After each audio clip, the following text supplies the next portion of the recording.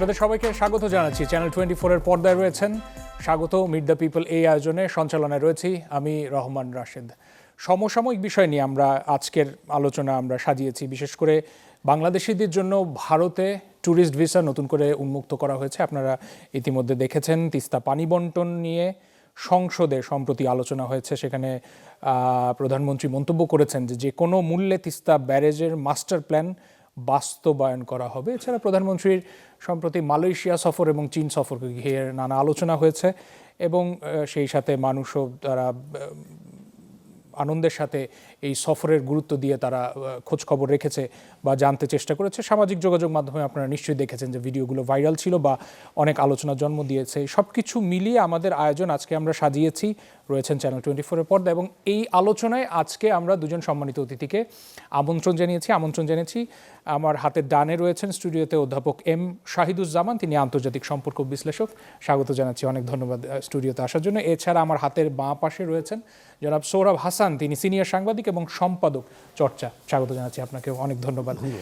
প্রায় 2 বছর পর ভারতের স্বাভাবিক যে ভিসা কার্যক্রম অর্থাৎ ট্যুরিস্ট ভিসা কার্যক্রম বাংলাদেশিদের জন্য উন্মুক্ত করে দেওয়া হয়েছে। ঠিক জানতে চাইব যে এই ঘোষণা যখন আসলো, বাংলাদেশের প্রধানমন্ত্রী তখন চীন সফররত অবস্থায় ছিলেন। অধ্যাপক এম শাহিদুজ্জামান, আপনার কাছে আসব।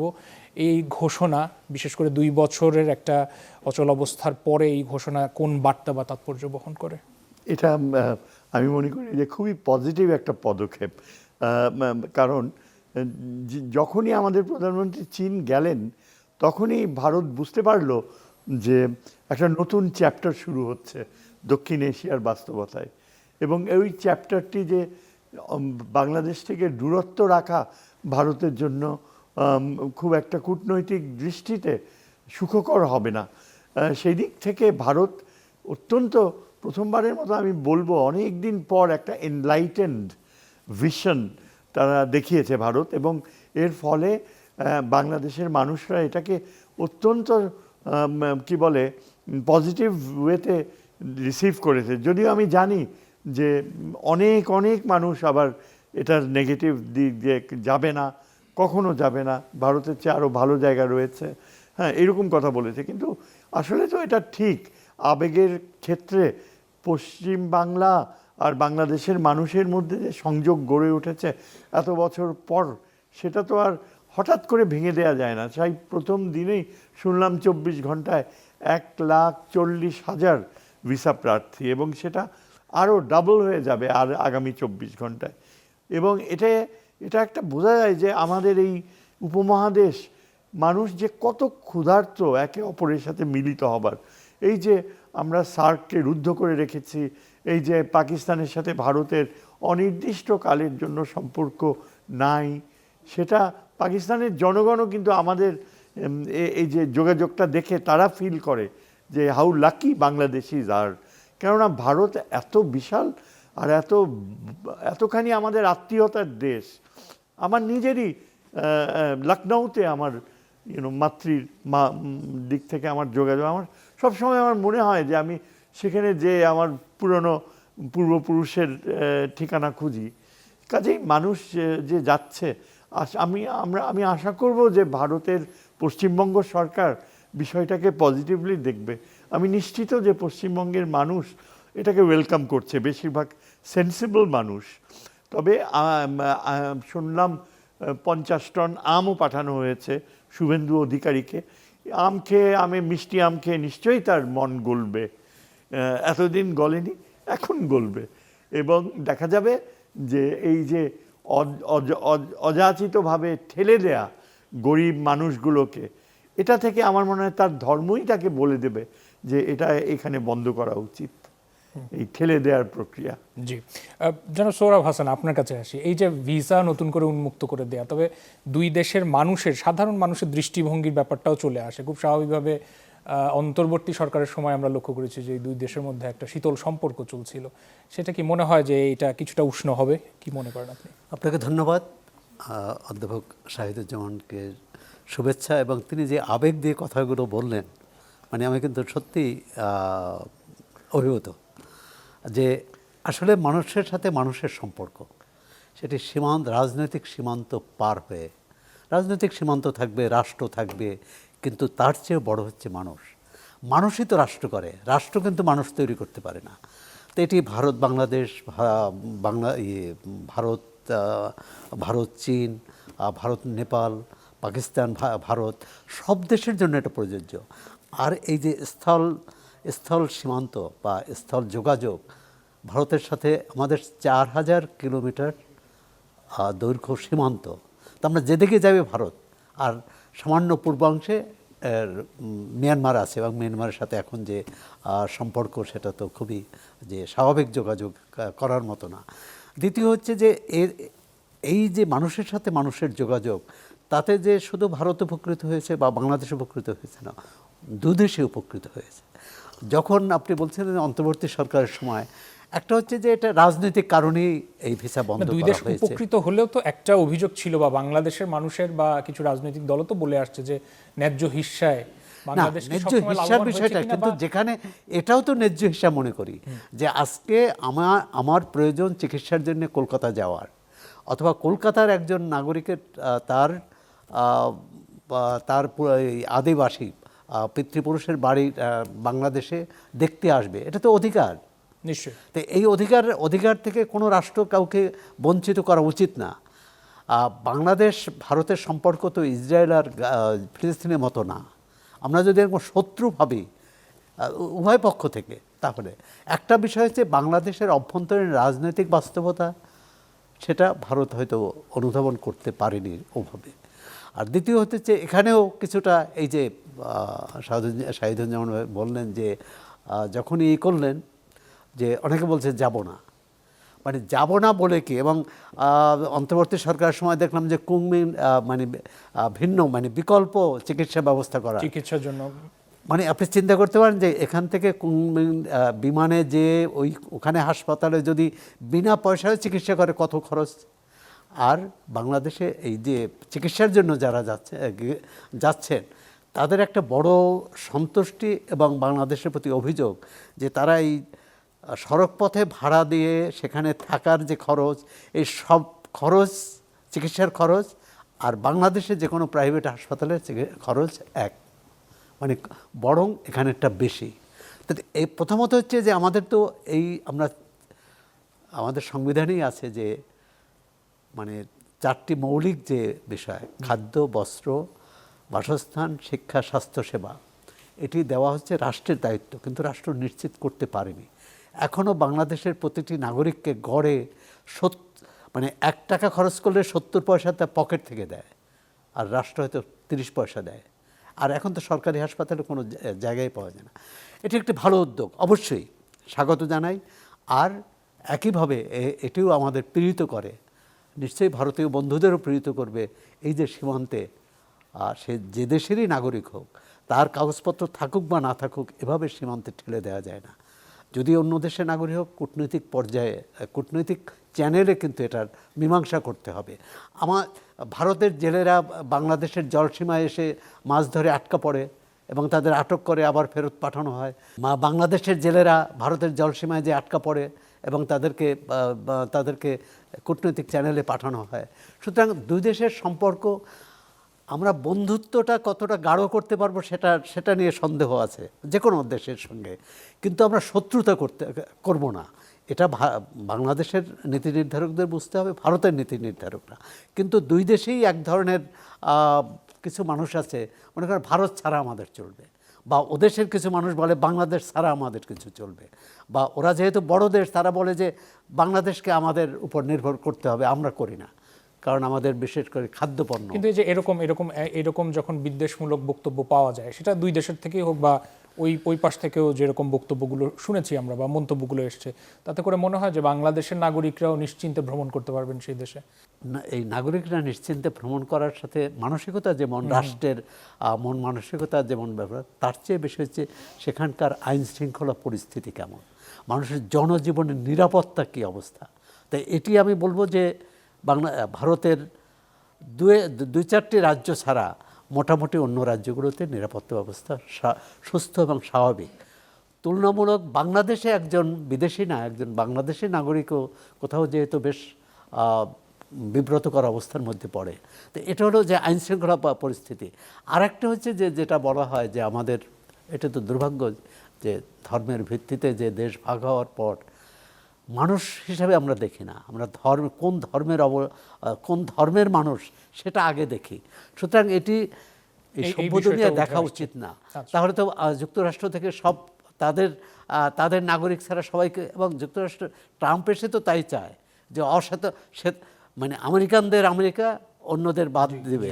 তবে ট্রাম্পের সর্বশেষ একটা ঘোষণা কিন্তু বাতিল হয়ে গেছে। মার্কিন আইনে ছিল যে জন্মসূত্রে যে কেউ মানে স্বাভাবিকভাবেই কোনো আবেদন ছাড়াই সে ওই দেশের নাগরিক হিসাবে স্বীকৃতি পাবে, কিন্তু ট্রাম্প এই আইনটি বাতিল করেছিলেন। সুপ্রিম কোর্ট ঘোষণাকে বেআইনি করেছে। আমার মনে হয় যে সুরক্ষা, আইন আর সম্প্রীতি, এটি কিন্তু আইন দিয়ে করা যায় না। এটি দুই রাষ্ট্রের রাষ্ট্রপ্রধান বা সরকার প্রধান বসেও করতে পারবে না। এটি প্রতিটি মানুষের ভিতর থেকে আসতে হবে এবং বুঝতে হবে যে আমাদের একসঙ্গেই থাকতে হবে। প্রতিবেশীকে বদল করা যায় না। নিশ্চয়ই। অধ্যাপক শাহিদুজ্জামান, জনাব সোহরাব হাসান বলছিল প্রতিবেশীকে তো বদল করা যায় না, এত বড় একটা সীমান্ত প্রতিবেশীর সাথে ভাগাভাগি করে থাকতে হচ্ছে। তাতে কি মনে হচ্ছে যে বাংলাদেশের মানুষ বা তাদের মানুষেরও আসলে দৃষ্টিভঙ্গি বদলাবে? যেই প্রসঙ্গে শুরুতে আসছিলাম, আপনি বলছিলেন যে আম পাঠিয়েছে ভারতের মন গলবে কিনা। এখন এই যে তারপরে তো আমরা দেখেছি বিগত 2 বছরে বা কিছু কিছু রাজনৈতিক দল তারাও যেমন বলে যে দিল্লি না ঢাকা এরকম মিছিলও দেখা গেছে, আবার পশ্চিমবঙ্গেও সরকারের পালাবদল হয়েছে, আমরা সেটাও দেখেছি। তো সেই বাস্তবতায় সম্পর্কটা কীরকম হতে পারে? আপাতত আমার মনে হয় বাংলাদেশের মানুষের মনে একটা গভীর ক্ষত সৃষ্টি হয়েছে যে হঠাৎ করে মমতা ব্যানার্জি পরাজিত হলো। এটা না হয় তাদের আভ্যন্তরীণ রাজনীতি, কিন্তু মমতা ব্যানার্জির পরাজয়ের পরে যিনি আসলেন ক্ষমতায়, তিনি তার ইলেকশন স্লোগান দিলেন যে যত পশ্চিমবঙ্গে যত রকমের গরিব হতদরিদ্র লোক রয়েছে, তারা যদি মুসলমান হয়ে থাকে, এবং এমনকি অন্য ধর্মেরও আছে কিনা আমি জানি না, কিন্তু 1 লাখেরও কাছাকাছি প্রায়, এতগুলো লোককে যখন এই শুভেন্দু অধিকারীর দল আরএসএসের প্ররোচনায় বাংলাদেশে ঠেলে পাঠানোর মতো সিদ্ধান্তের কথা চিন্তা করলো, তখন আমরা আশা করেছিলাম যে পশ্চিমবঙ্গের বেশিরভাগই আপনার যাদের বিবেক বলে একটা জিনিস আছে, তারা নিশ্চয়ই এটা কড়া প্রতিবাদ করবে। এই অর্থে যে প্রতিবাদ করেছে, কিন্তু না প্রতিবাদ করেছে, সেখানকার কমিউনিস্ট পার্টি তো পারে নাই। প্রতিবাদের মাত্রাটা আমার কাছে মনে হয়েছে যে হ্যাঁ, 1000-2000 লোক যদি হতো তাহলে না হয় হালকা প্রতিবাদ বা মিছিল করা তাতেই যথেষ্ট হতো। কিন্তু আমার মনে হয় যে 1 লক্ষ মানুষকে এই যে গৃহহারা করে অনেকটা আসামের মতো প্রায় তাদেরকে ঠেলে দেওয়ার প্রক্রিয়া শুরু হয়েছে। এই যে একের পর এক সপ্তাহের পর সপ্তাহ কেটে যাচ্ছে, এইসব লোক বর্ডারে অস্বাভাবিক পরিণতি ফেস করছে। বিএসএফ আমাদের জায়গায় ঢুকে পড়ছে, তাদের সাথে বিএসএফের সাথে আমাদের বিজিবির রীতিমতো এমন তর্ক বিতর্ক হয়েছে যে সেটা কিছু কিছু ক্ষেত্রে গোলাগুলির পর্যায়েও চলে যেতে পারত। এইসব কথা যদি আপনি চিন্তা করেন, আমি আশা করেছিলাম যে পুরো বিষয়টাই হয়তো ইলেকশন রেথরিক হিসাবে থাকবে এবং তারপর ইলেকশন শেষ হয়ে গেলে এটা আস্তে আস্তে ডাউন করবে। কিন্তু এখন একটা জিনিস আমার মতো অনেক বাংলাদেশের মানুষ বোধ করছে যে পশ্চিমবঙ্গে প্রতিবাদ হয়েছে ঠিকই, কিন্তু অনেক শিক্ষিত বিবেকবান মানুষ তারা চুপ করেছিল, এবং চুপ করে থাকাটা আমার কাছে মনে হয়েছে এটা অত্যন্ত হৃদয় বিদারক একটা অস্বাভাবিক বাস্তবতা। যে পার্টিশন হয়েছিল তখন তো এই পার্টিশনের বিপক্ষে যারা দাঁড়িয়েছিল, যারা এই এতগুলো বছরেও বলে আসছে যে এই সীমান্ত আমরা মানি না, এরকম কথাও বলে আসছে, তাদের বিবেক এখন কোথায় গেল? শুভেন্দু কেন তাহলে বলে বেড়ায় যে আমি আরও চালিয়ে যাব, আমি এইটা চলতে থাকবে?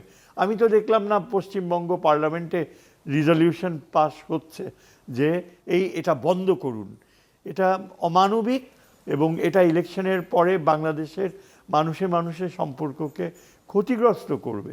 সেরকম যদি একটা প্রস্তাব উঠত, অন্তত আলোচনা হতো পশ্চিমবঙ্গের পার্লামেন্টে, তাইলে আমি রিয়েলি হ্যাপি ফিল করতাম। এটাই আমার মনে হয় হ্যাঁ এটা চলে যাবে, সম্প্রীতির সম্পর্ক আসবে যখন আবার পশ্চিমবঙ্গের ব্যবসায়ীরা কলকাতায় আবার তাদের ব্যবসা খুলতে পারবে। যত রেস্টুরেন্টগুলো, এবং বিরাট কলকাতার একটা এলাকা, সেখানে বিক্রি হয় না, আমরা টেলিভিশন, ওদের টেলিভিশন, সেখানে ব্যবসায়ীরা কিছু কিছু জায়গায় দেখা গেছে যে তারা মিষ্টি বিতরণও করেছে, তারা খুশি যে বাংলাদেশে টুরিস্টরা যাবে, এবং এটা অস্তিত্বের ব্যাপার। এবং এখন দেখা যাবে শেষ পর্যন্ত শুভেন্দু অধিকারী কিন্তু আর এই তার রেথরিক্স এর বিপক্ষে, বাংলাদেশিদের বিপক্ষে বলা বন্ধ করবে। হসপিটালগুলো পর্যন্ত তাদের রুগীর অভাব ছিল। সুতরাং আমার মনে হয় পশ্চিমবঙ্গের অর্থনীতি একটা বড় ধরনের বুস্ট পাবে, এবং আশা করি যে পশ্চিমবঙ্গের মানুষ এটা স্বীকার করবে। কাংলাদেশ বলা বা কাঙ্গালি বলা, এই প্রবণতা, তাদের যে ভুল, এটা আমাদের লোকেরা যে হয়তো তাদেরকে বোঝাতে পারবে, তখনই হয়তো সম্প্রীতি হয়তো ফিরে আসতে পারে। তিস্তার পানি বন্টন ইস্যুটাও সম্প্রতি সংসদে আলোচিত হয়েছে, প্রধানমন্ত্রী তারেক রহমান তিনিও এই ব্যাপারে মন্তব্য করেছেন। এরকম অমীমাংসিত কিছু বিষয়গুলো তো রয়েছে, সেই ব্যাপারে কিরকম গতি পাবে বা ভবিষ্যতে কি অপেক্ষা করছে আমাদের জন্য? দেখেন, আমাদের প্রধানমন্ত্রী তো পার্লামেন্টে স্পষ্ট বলে দিয়েছে, যে কোনো মূল্যেই হোক তিস্তার চুক্তি হবেই, তিস্তার পানি আনবেই, এটা ফর্মুলেট করবে। আমার মনে হয় না যে এই বিষয়ে পশ্চিমবঙ্গ খুব বেশি সহযোগিতা করতে পারবে। যদিও আমরা আশা করেছিলাম যে বিজেপি গভর্নমেন্ট আসলে পশ্চিমবঙ্গ সেন্টারের দৃষ্টিভঙ্গিকে মেনে নেবে, কিন্তু যেটা জানতে পারলাম যে পশ্চিমবঙ্গ পার্লামেন্টেই একটা 9,000 কোটি টাকার বিল পাস হয়েছে, যে আবার আরেকটা তিস্তা বাঁধ তারা করবে। কেননা এই গজলডোবা বাঁধের মাধ্যমে যথেষ্ট পানি নাকি পাচ্ছে না তারা, এবং আমার যথেষ্ট সন্দেহ রয়েছে। বলতে গেলে আমি নিশ্চিত যে তিস্তার ব্যাপারে পশ্চিমবঙ্গ সরকার আমাদেরকে রিয়েলি কোনো সহযোগিতা করবে না, এবং সেই জন্যে আমাদের মনে হয় প্রধানমন্ত্রী এটা ভালোভাবেই বুঝেছে যে তিস্তায় প্রশ্নে চীনের সাথে সহযোগিতা করাটা অপরিহার্য। এবং আমি, যদি আমাকে 1-2 মিনিট সময় দেন, আমি বলবো যে তিস্তার প্রশ্নে, পানির প্রশ্নে চীন শুধু হিসাব নিকাশের পর্যায়ে যাবে না, কিংবা আমাদের আমলাতন্ত্র যেভাবে চাচ্ছে যে কত টাকা লাগবে, চীনকে কতটুকু আনা যায়, ওয়ার্ল্ড ব্যাংকেও ইনভলভ করতে হবে, জাপানকে ইনভলভ করতে হবে, এই বিষয়টাকে দিয়ে চীনের তিস্তার প্রশ্নটার কমপ্লিকেশনকে আরও বিস্তৃতিকরণ করা, এটা থেকে বের হয়ে এসে আমি মনে করি যে অ্যাবসলিউটলি চীনকে তিস্তা চুক্তি দায়িত্ব দেওয়া উচিত একটা কারণে, এবং সেটা হচ্ছে এই যে ব্রহ্মপুত্র নদীর পানি পুরা চীন কন্ট্রোল করে। 4 গর্জেস ড্যাম করার ফলে টিপাই মুখ বানানো ভারত বন্ধ করে দিয়েছে। অথচ আমরা যখন তাদের পায়ে ধরেছি যে এখানে ভূমিকম্প হলে সিলেট ভেসে যাবে, তখন তারা কিন্তু পাত্তাই দেয় নাই। তাদের কনস্ট্রাকশন কোম্পানিগুলো গিয়েছে, তো উলফার পিটানি খেয়ে তারা পালাইছে। কিন্তু এখন কি হয়েছে, আমরা বুঝতে পারি যে চীন ইচ্ছা করলে তার চাবিকাঠি, ব্রহ্মপুত্রের চাবিকাঠি তার হাতে, ইচ্ছা করলে ব্রহ্মপুত্রের পানি সে বন্ধ করে দিলে তাহলে 7 সিস্টার্স পানি পাবেই না। এইটাই সবচেয়ে বড় অ্যাডভান্টেজ। চীন ভারতকে বাধ্য করতে পারবে যে তিস্তার পানির ব্যাপারে ভারত যেন আন্তর্জাতিক নদী নিয়ম মেনে চলে। কেননা তিস্তার পানি যদি বাংলাদেশকে, এই যে এখনো বিক্রয় করা হচ্ছে, এটা যদি চীনের সাথে আমরা চুক্তি করার পর যখন যদি ভারত করে, তখন কিন্তু চীন ভারতকে বাধ্য করতে পারবে। এটাই আমার মনে হয় সবচেয়ে বড় অ্যাডভান্টেজ, যে চায়নার কন্ট্রোল ওভার ব্রহ্মপুত্র, তারপর গঙ্গোত্রীর অনেক কাছে চায়নার সীমান্ত, সামরিক পদক্ষেপ নিলে কিছুতেই ভারত গঙ্গার পানি করে। সিকিমের বেলায় দেখেন, সিকিম থেকে কিন্তু তিস্তা নামে, সিকিমের বাউন্ডারি চীনের সাথে রয়েছে। কাজে ভূরাজনৈতিক বাস্তবতা এমনভাবে বিধাতা ডিভাইসটা করেছে যে আমরা যদি সত্যি চীনকে বুঝতে পারি, চীনের মানে প্রয়োজনীয়তা অনুভব করে চীনকে সর্বাত্মকভাবে আমাদের পার্লামেন্টে এটা অ্যাপ্রুভড হয় যে চীনকেই দায়িত্ব দেওয়া হোক, তাহলে আমরা মনে হয় আমাদের পদ্মার পানিও আমরা পাবো চীনের মাধ্যমে। এটাই আমার ধারণা। জনাব সোহরাব হোসেন, আপনি কি মনে করেন, বিশেষ করে ভূরাজনৈতিক বিষয়গুলো যেহেতু চলেই আসে, বাংলাদেশের কৌশলটা কেমন হতে পারে? প্রধানমন্ত্রী তারেক রহমানও যে বক্তব্য দিয়েছেন সংসদে তিস্তার পানি বন্টন নিয়ে বা ব্যারেজ নিয়ে, তারেক রহমান যে বক্তব্য দিয়েছে তাতে কিন্তু এটা চীন করবে না অন্য কোনো দেশ করবে সে কথা বলেননি। কিন্তু সেটা হবেই, এবং চীনও বাস্তবায়ন হবে কিন্তু, চীন আমরা বেশ কয়েক বছর ধরে শুনে আসছিলাম যে চীন এই তিস্তা মহাপরিকল্পনায় সহায়তা করবে, তাদেরই পরিকল্পনা বা তারা এটি করতে রাজি। এবারের কিন্তু যৌথ ঘোষণায় সেটা আসেনি, আর শুধু নদী ব্যবস্থাপনা এবং কারিগরি সহযোগিতার কথা বলা হয়েছে। সুতরাং আমার ধারণা যে চীনেরও এখানে দ্বিধাদ্বন্দ্ব আছে। আচ্ছা, এখন সেই দ্বিধাদ্বন্দ্বটা কেন? দ্বিতীয়ত, আমরা প্রাথমিক যে প্রস্তুতি কাজটা করা দরকার সেটা করেছি কিনা। এখন তো বলা হয় যাচাই বাছাই করা হবে। তার মানে হচ্ছে যে এটা সম্ভাব্যতা এবং অর্থাৎ ঝুঁকি এবং লাভ দুটোই দেখতে হবে। আমরা কতটা লাভবান হব, কতটা ঝুঁকি তৈরি করবে। দ্বিতীয় হচ্ছে তিস্তা, যেহেতু শাহেদুজ্জামান ভাই একটা বলেছেন যে যেহেতু ব্রহ্মপুত্রের উপর চীনের নিয়ন্ত্রণ আছে, আবার এই নিয়ন্ত্রণ কিন্তু আমাদের জন্য আবার ক্ষতিকর, ভারতের জন্যও। যেমন চীন এখন যে বাঁধটি তৈরি করছে, সেই বাঁধ যদি কার্যকর হয়, মানে চালু হলে ভারতও ক্ষতিগ্রস্ত হবে, বাংলাদেশ হবে। এবং ভারত কিন্তু এক্ষেত্রে আবার বাংলাদেশের সহায়তা চায়, যেহেতু আমরা দুটোই ভাটির দেশের নাগরিক। কিন্তু বাংলাদেশের ব্যাপারে আবার ভারত নীরব। আমার মনে হচ্ছে যে আমরা এভাবে চিন্তা না করে, যদি এইভাবে চিন্তা করি, এই যে যৌথ অববাহিকা, এই যে কোনো নদীর অববাহিকায় যতগুলো দেশ আছে সবার সম্মিলিত উদ্যোগ, তাহলে যদি আমরা তিস্তার পানিটা পাই, তাহলে এই যে হাজার হাজার কোটি টাকা খরচ করে কিন্তু বাদ দিতে হবে না। এখন পানি পাওয়ার নিশ্চয়তা থাকতে হবে। আমরা শীতের মৌসুমে তো যে বাংলাদেশের যে প্রস্তাব ছিল, ভারত রাজি হয়েও পরবর্তীকালে করেনি সেটি, মানে এখনও হয়নি। পরিবর্তিত পরিস্থিতিতে কী হবে, যে শীতের সময় নেপালে জলাধার তৈরি করে সেখানে পানি মজুত করা হবে শুকনো মৌসুমে, আর বর্ষাকালে তো পানি অভাব নেই। এখন একটা বিষয়, আমি এটা যেহেতু আমি একজন সাধারণ নাগরিক হিসেবে প্রশ্ন, বর্ষা মৌসুমে যে পানিটা আসে, যে বিপুল পরিমাণ পানি আসে, সেটি সেটি মজুত করার মতো আধার করতে গেলে আমাদের যে পরিবেশগত ঝুঁকি হবে, যে মানুষকে সরিয়ে দিতে হবে এখানে নদীর চারপাশের, নদীর দুদিকের, এবং যে ফসলের ক্ষতি হবে, এটি পূরণ হবে কি করে? ওই মানুষগুলো উদ্বস্ত হয়ে যাবে, ওখানকার ফসল হবে না। আর আমরা তো করছি যে কৃষকদেরই বাঁচানোর জন্যে। তো এটি একেবারেই কারিগরি বিষয়। আমি বলি, প্রথম হলো কারিগরি যদি আমরা সম্মতিটা পাই, অর্থাৎ বিশেষজ্ঞরা, প্রয়োজনে বিদেশি বিশেষজ্ঞদের নিয়ে, সেটা জাতিসংঘের বিশেষজ্ঞ হতে পারে। দেখেন সিন্ধু নদীর যেটি 70 বছর ধরে যুদ্ধ চলছে ভারত পাকিস্তান, কিন্তু ওই নদীর পানি কিন্তু তারা বন্ধ করতে পারেনি। এখানে জাতিসংঘ গ্রান্টার ছিল, জাতিসংঘ না বিশ্ব ব্যাংক। তাহলে আমরা এরকম যদি একটা গ্যারান্টার পাই, একটা নিশ্চয়তাকারী পাই, আর যেটি যেটি গঙ্গা চুক্তিতে নেই। এখন হচ্ছে যে সদিচ্ছা সক্ষমতা, আমাদের সক্ষমতা কতটা আছে? আমাদের এই কৃষকদের বাঁচাতে হবে, মরুকরণ প্রক্রিয়া মানে রোধ করতে হবে। এখন এটা করার ক্ষেত্রে কোনটি উত্তম? আমাদের বিকল্প কি আছে? উত্তম বিকল্প ছিল তিস্তার পানির অবারিত প্রবাহ, সেটা আমরা পাচ্ছি না।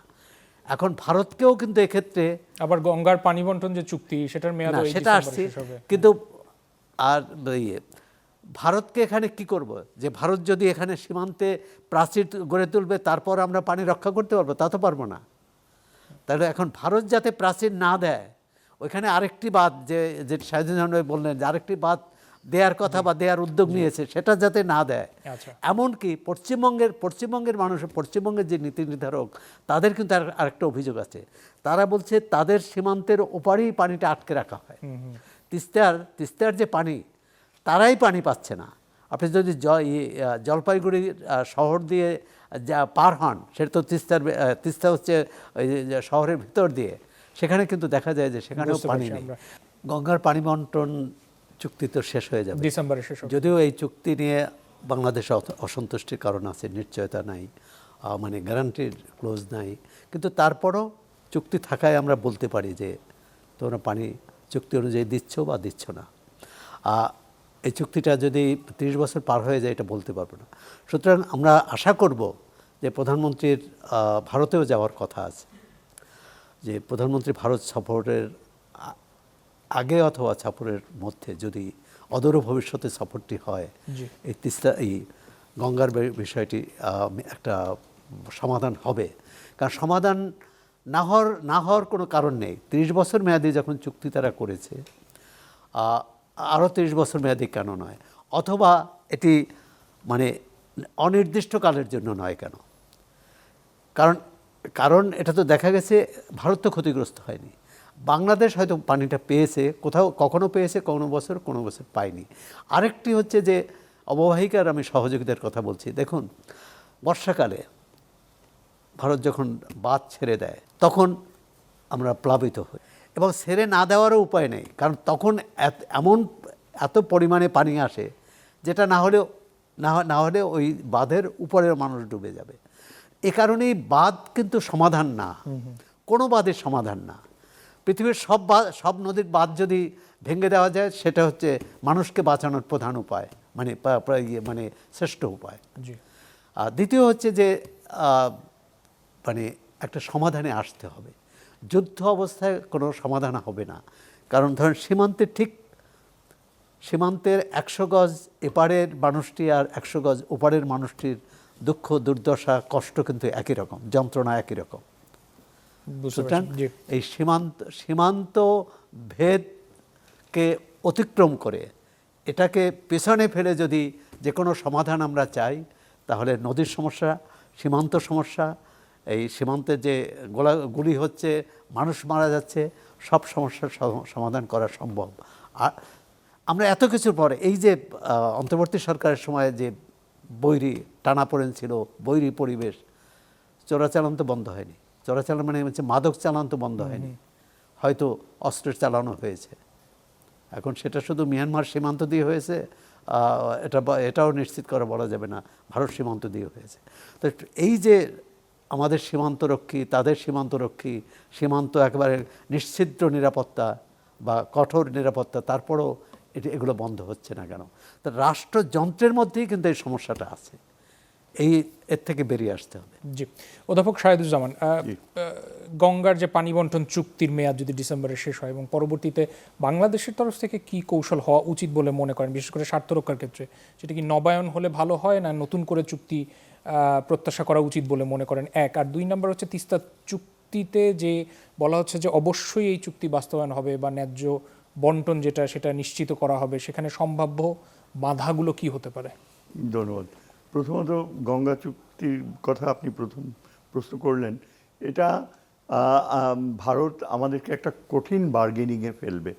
এমনকি আমি এটাও আশঙ্কা করছি যে ভারত হয়তো দাবি করবে যে চীনের সাথে নিরাপত্তা সম্পর্ক তোমাদেরকে রহিত করতে হবে, প্রতিরক্ষা সংযোগ এবং চীনের কাছ থেকে বিমান কেনা এগুলো বন্ধ। কিন্তু প্রধানমন্ত্রী চীন সফরে তো এমনিতেও তো আলাদা করে সমঝোতা স্বাক্ষর হয়েছে। হ্যাঁ, এবং এটা ছাড়া দেখাও যাচ্ছে যে বাংলাদেশ এবং চীনের একটা সম্পর্ক, এবং সেই সম্পর্ক একটা নতুন উচ্চতায় যাবে বলে আশা করা হচ্ছে। জি, অবশ্যই। কিন্তু ভারত, এটা আমার মনে হয় ভারতের যে পুরনো যে রীতি, সেটা থেকেই আমার সন্দেহ হয়। নেপালকে চাপ দিয়েছে, এবং যেহেতু এটা বিজেপি সরকার, বাংলাদেশকে এখানে তারা, আমি এই শব্দটা হয়তো আনডিপ্লোম্যাটিক, ব্ল্যাকমেইল করার একটা প্রচেষ্টা করবে। এটা হচ্ছে তাদের সবচেয়ে গুরুত্বপূর্ণ ট্রাম্প কার্ড। কূটনীতি কিন্তু এইভাবেই চলে, ম্যাকিয়াভেলি। ইউ ডোন্ট, উপর দিয়ে আমরা সবাই বন্ধুত্বের কথা বললেও ভারত কিন্তু অত্যন্ত কঠিন বার্গেনিং স্পিরিটে বাস করে, এবং এর ফলে আমরা দেখতে পাবো যে আবার আমাদেরকে চীনের দিকেই তাকাতে হবে। এবং এর মধ্যে আমার মনে হয় আমরা আশা করব যে আগামী মাস 2-3 মাসের ভিতর এই চীনের সাথে একটা সহযোগিতার প্রক্রিয়া, যেটা আমার মনে হয় পররাষ্ট্রমন্ত্রী বলেছে যে টেকনিক্যাল কিছু নেগোসিয়েশনস করতে হবে। এ কথা ঠিক যে চীন যদি এখন আমাদের এই বাস্তবতা রিয়েলাইজ করে, আমাদের প্রধানমন্ত্রী যদি বাস্তবতা রিয়েলাইজ করে এবং এটা বুঝে নেয়, আমার মনে হয় ফরেন মিনিস্টার যথেষ্ট অবগত যে তিস্তার বিষয়ে চীনকে অবশ্যই প্রাধান্য দিতে হবে, এবং তিস্তা পাড়ের লোকেরা তাই চায়। একবার যদি আমরা খুব শিগগিরই এক্সক্লুসিভলি চীনকে দায়িত্ব দেই, এটা আমাদের বুঝতে হবে এই কারণে যে চায়না যে তার ভূরাজনৈতিক শক্তি রয়েছে, চীন যদি আমাদের তিস্তা পাড়ের মধ্যে এক্সক্লুসিভলি ইনভলভড হয় তাহলে চীন তার প্রতিরক্ষা প্রক্রিয়াতে একটা বিরাট অ্যাডভান্টেজ পাবে, যেটা আমার মনে হয় যে চীন আশা করে যে চীন কি বেনিফিট পাবে সেটা দেখবে, কারণ it is a zero sum game after all.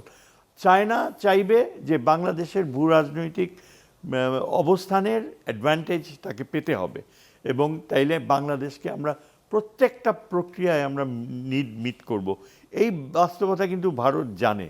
এবং এই জন্যেই আমার মনে হয় চীনকে গঙ্গায় ও তিস্তায় আমরা ইনভলভ করতে হলে চীনকে আমাদেরকে অবশ্যই উত্তরবঙ্গে তার যে আরবানাইজেশন ইন্ডাস্ট্রিয়ালাইজেশনের চিন্তা সেটাকে সহযোগিতা করতে পারবে।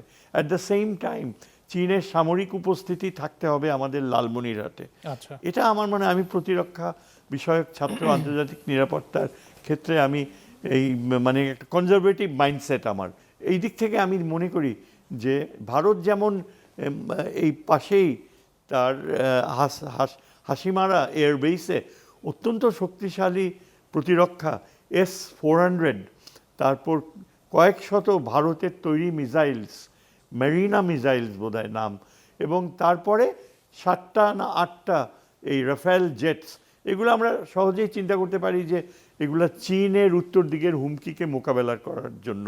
কিন্তু আমরা তো বলতে পারি যে এটা আমাদের জন্য হুমকি, কেন এই হাসিমারা বেস আমাদের দিকে মিসাইলগুলো তাক করার কাজে ভারত কিন্তু তার নিরাপত্তা দেখছে, অথচ বাংলাদেশকে বলছে যে লালমনিরহাট বেস গড়ে তুললে ভারতের নিরাপত্তা হুমকি। এখন এটা তো হতে পারে না, তাহলে তোমরা হাসিমারা বেস তুলে নাও, এটা তো আমাদের জন্য হুমকি।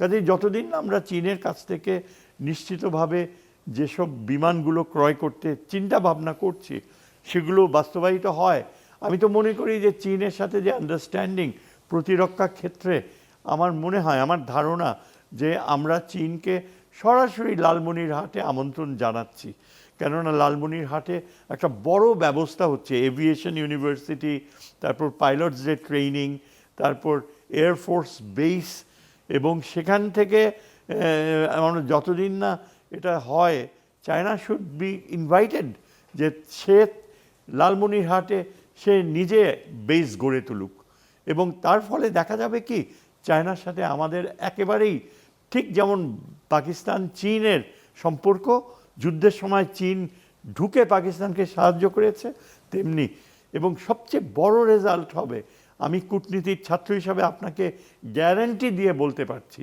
Once we have China in Lalmonirhat, Bharat আমাদেরকে প্রচণ্ড শ্রদ্ধার চোখে দেখবে।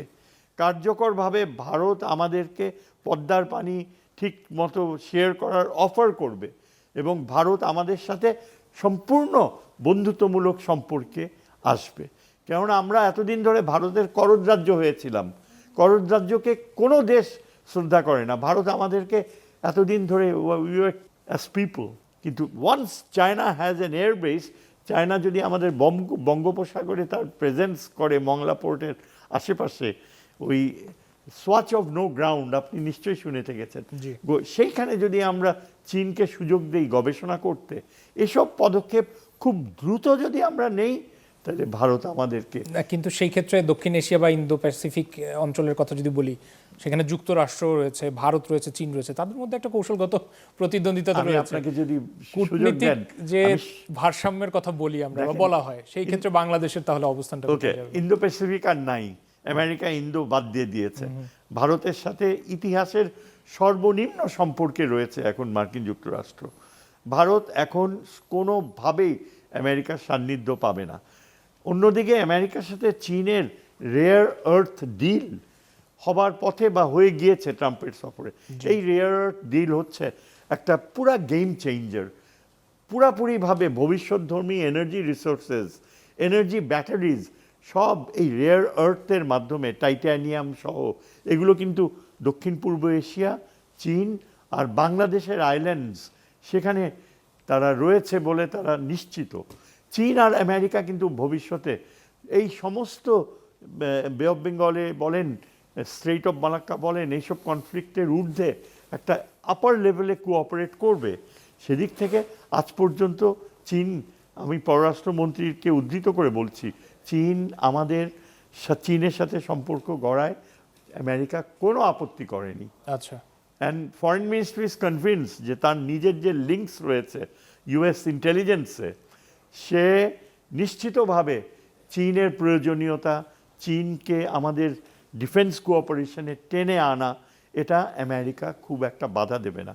আর ভুলে গেলে চলবে না, আগামীতে আমেরিকা ইলেকশনস রয়েছে এবং বাংলাদেশের মতো দেশকে আমেরিকা হারাতে চাইবে না, রিপাবলিকান পার্টি চাইবে না। কাজে চীনের সাথে, আপনার প্রশ্নের উত্তরে আমি আশা করছি, আমি নিশ্চিতভাবে বলতে পারি না, কিন্তু যতদূর আমি জানতে পেরেছি পররাষ্ট্রমন্ত্রীর মাধ্যমে, চীন আমাদের জন্য, আমেরিকা আমাদের জন্য কোনো বাধা নয়। আচ্ছা, বাধা হচ্ছে ভারত। আচ্ছা, শাহজাহান চীনের ইকোনমিক করিডোর নিয়ে আপনার কাছে আসবো একটু পরে। আচ্ছা, শাহজাহান ভাইয়ের সাথে যোগ করতে চাই, খুবই মানে উইশফুল থিঙ্কিং, অর্থাৎ যেটা হচ্ছে খুবই ভবিষ্যৎ একটা বর্ণিল ভবিষ্যতের চিত্র দিলেন। এরকম যদি এই অঞ্চলের রাজনীতি, এই অঞ্চলে ভূ রাজনীতি এবং কূটনীতি হয় খুবই ভালো, কিন্তু বাস্তবতা কিন্তু একটু কঠিন এই কারণে, এই যে চীনের প্রধানমন্ত্রী প্রথম সফর, কোনো চুক্তি হলো না, শুধু এমইউ সই হলো। অর্থাৎ বাংলাদেশের পক্ষ থেকে না, চীনের পক্ষ থেকে বাংলাদেশকে যে পুরোপুরি আস্থায় নিয়েছে, এ ব্যাপারে আমি নিশ্চিত নই। আচ্ছা, মানে তারা আরো কিছুদিন দেখবে, আরো কিছুদিন অবজারভেশনে রাখবে আমাদের। আচ্ছা, এর একটা কারণ যেটি শাহজাহান ভাই বলেছেন যে 2001-06 বিএনপি সরকারের যে ভূমিকা, যেটি চীনকে খুবই আহত করেছে। আচ্ছা, অবশ্যই যৌথ বিবৃতিতে আমরা যে বাংলাদেশ যে এক চীন নীতিতে বিশ্বাসী, সে কথা বলেছে, এবং দুই চীন নীতিতে বিশ্বাসী বাংলাদেশ এ পর্যন্ত কখনো বলে না। এমনকি চীন যখন বাংলাদেশকে স্বীকৃতি দেয়নি, তখনও সদ্য স্বাধীন বাংলাদেশও কখনো দুই চীন নীতির কথা বলে। বিষয়টা হচ্ছে যে আবার ভারতকে কি চাপ দিবে, এর উপর কিন্তু বাংলাদেশ চীনের সম্পর্ক গড়ে উঠবে না। কারণ চীন এখন অনেক দূরে চলে গেছে, ভারত এখন তার প্রতিদ্বন্দ্বী নয়, এটা কিন্তু ভাবতে হবে। এখন তার প্রতিদ্বন্দ্বী যুক্তরাষ্ট্র, এবং যুক্তরাষ্ট্রের সাথে পররাষ্ট্রমন্ত্রী বরাত দিয়ে শাহজাহান ভাই বললেন, যুক্তরাষ্ট্রের সাথে আমাদের চীনের যতই সম্পর্ক ভালো হোক, যুক্তরাষ্ট্রের সাথে বাংলাদেশ যে চুক্তিটি করেছে, এই চুক্তি চীন ভালোভাবে নেয়ার কথা নয়। কিন্তু ওখানে একটি ধারা আছে, মানে অগণতান্ত্রিক, মানে চীন, রাশিয়া, এসব দেশকেই বোঝানো হয়েছে, উত্তর কোরিয়া বা কিউবা, অগণতান্ত্রিক, নন ডেমোক্রেটিক, অগণতান্ত্রিক দেশের সাথে বাংলাদেশ যদি কোনো সহযোগিতামূলক চুক্তি করে, সেই চুক্তির বিষয়ে যুক্তরাষ্ট্রের সম্মতি থাকতে হবে। অর্থাৎ যুক্তরাষ্ট্র যদি মনে করে এই চুক্তি তার জন্য ক্ষতিকর, তাহলে বাংলাদেশ কিন্তু তাহলে তারা কিন্তু বাধা দেবে।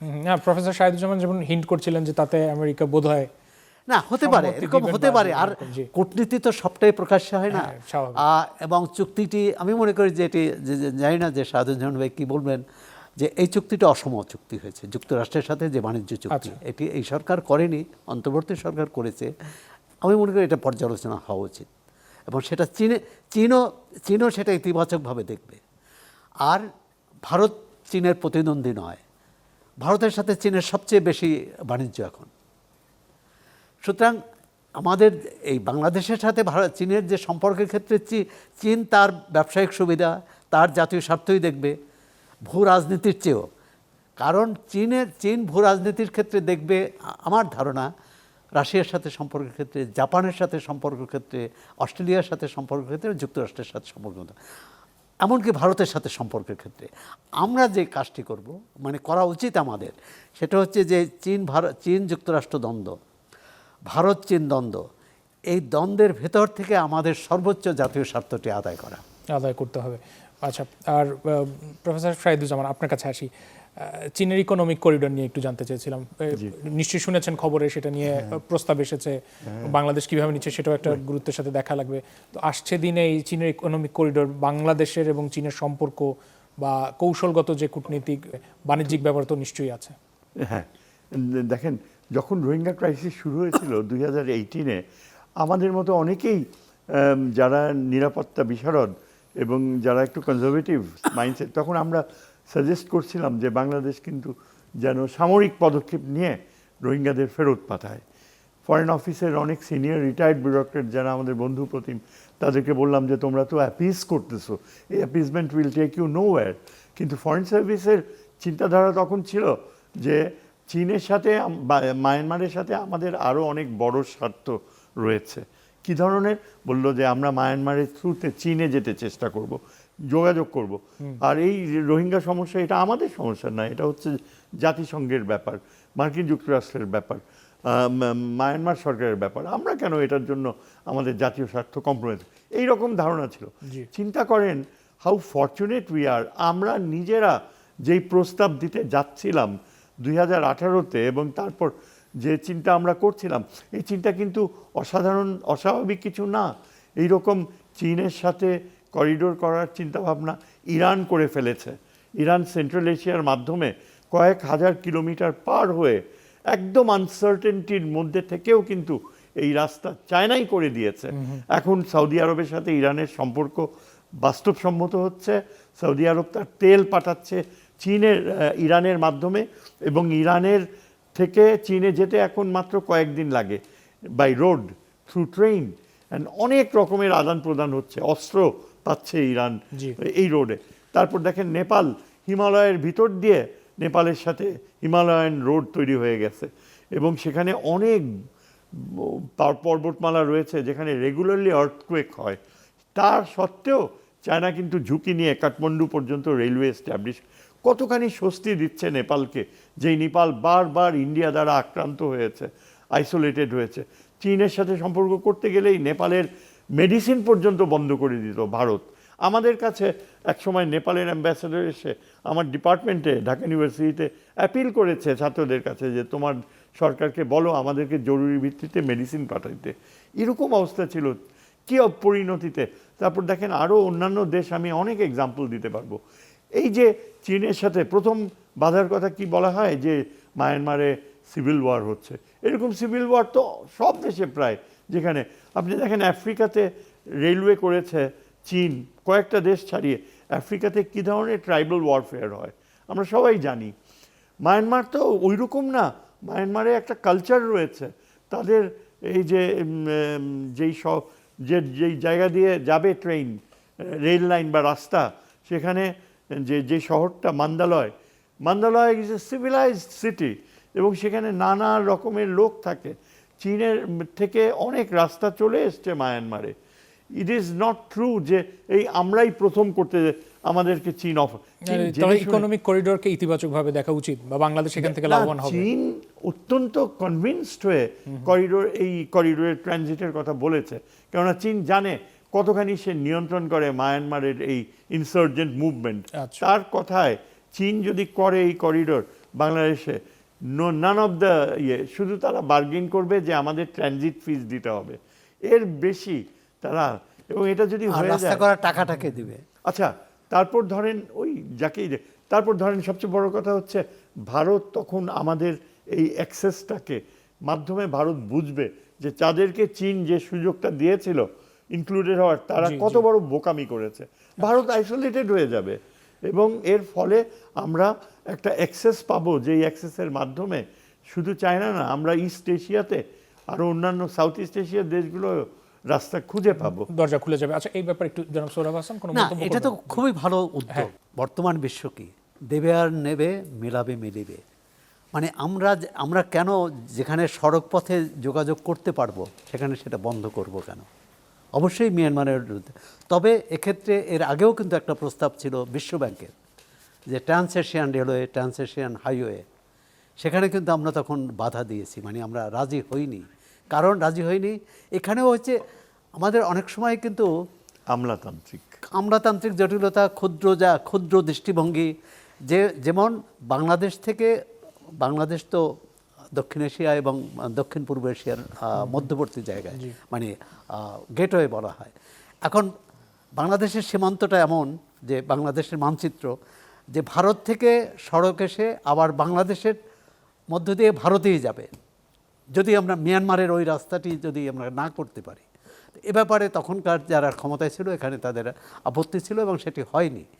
তো দুটো এক্ষেত্রে এর মাঝখানে আরেকটা উদ্যোগ ছিল কিন্তু বাংলাদেশ, মিয়ানমার, চীন, ভারত চতুর্দেশীয় কিন্তু একটা এই করিডোরের চিন্তা ছিল।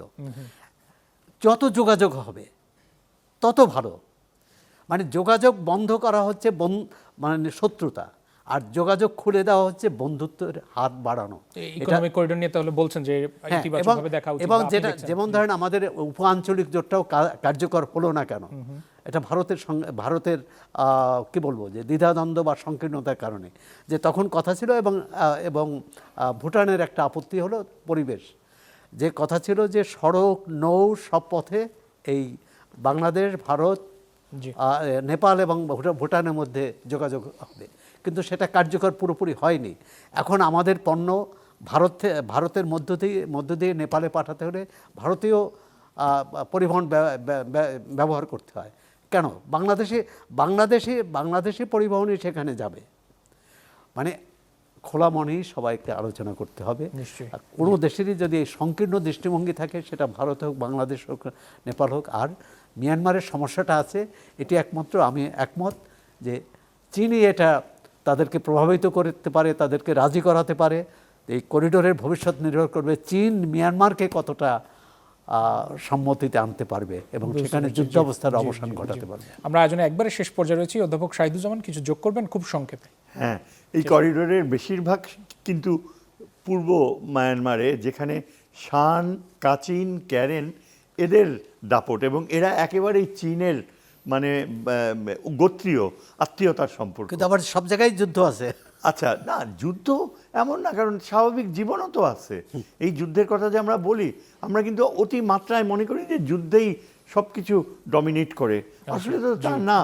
আপনি দেখেন মায়ানমারের জীবনযাত্রা অনেকাংশেও কিন্তু অন্য দেশের চেয়েও স্বাভাবিক।